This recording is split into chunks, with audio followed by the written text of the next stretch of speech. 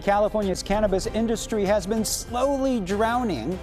Now they're getting a huge lifeline thanks to a new law from a San Francisco assemblyman. Governor Newsom has signed AB 564, introduced by Matt Haney. It will keep states' cannabis excise tax at 15% until 2028. It had been set to rise to 19%. And some cannabis retailers say a hike would have been, or a tax hike would have been the final straw for their business as they struggle to compete with the illegal market.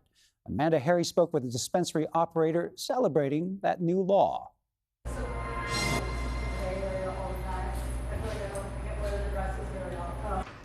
Operator of Cannabis Buyers Club Berkeley, Andre Special, is feeling relieved. Super thankful that the governor heard the message. Special wants safe, tested, and regulated marijuana to be easy for everyone to access.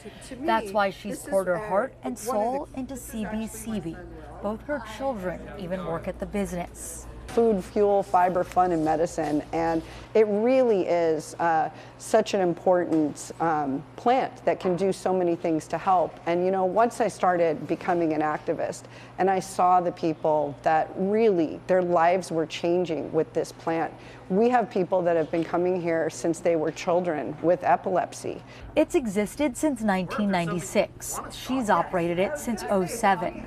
She knows the difference THC and CBD can make in people's lives.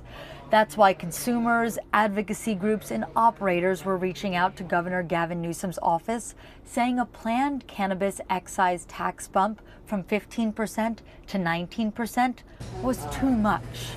That's in addition to the state sales tax and a local tax. So as of July 1st, the tax in Berkeley was 34.25%. It's 30% tax, and you know, we're going in the right direction. It's very difficult for us to compete. This week, the governor announced the tax bump would be pushed back. Special says the slight break will help them compete with the illegal businesses that bill themselves as hemp or smoke shops. Consumers can't really tell the difference between our shop and their shop, yet there's no taxes, there's no testing.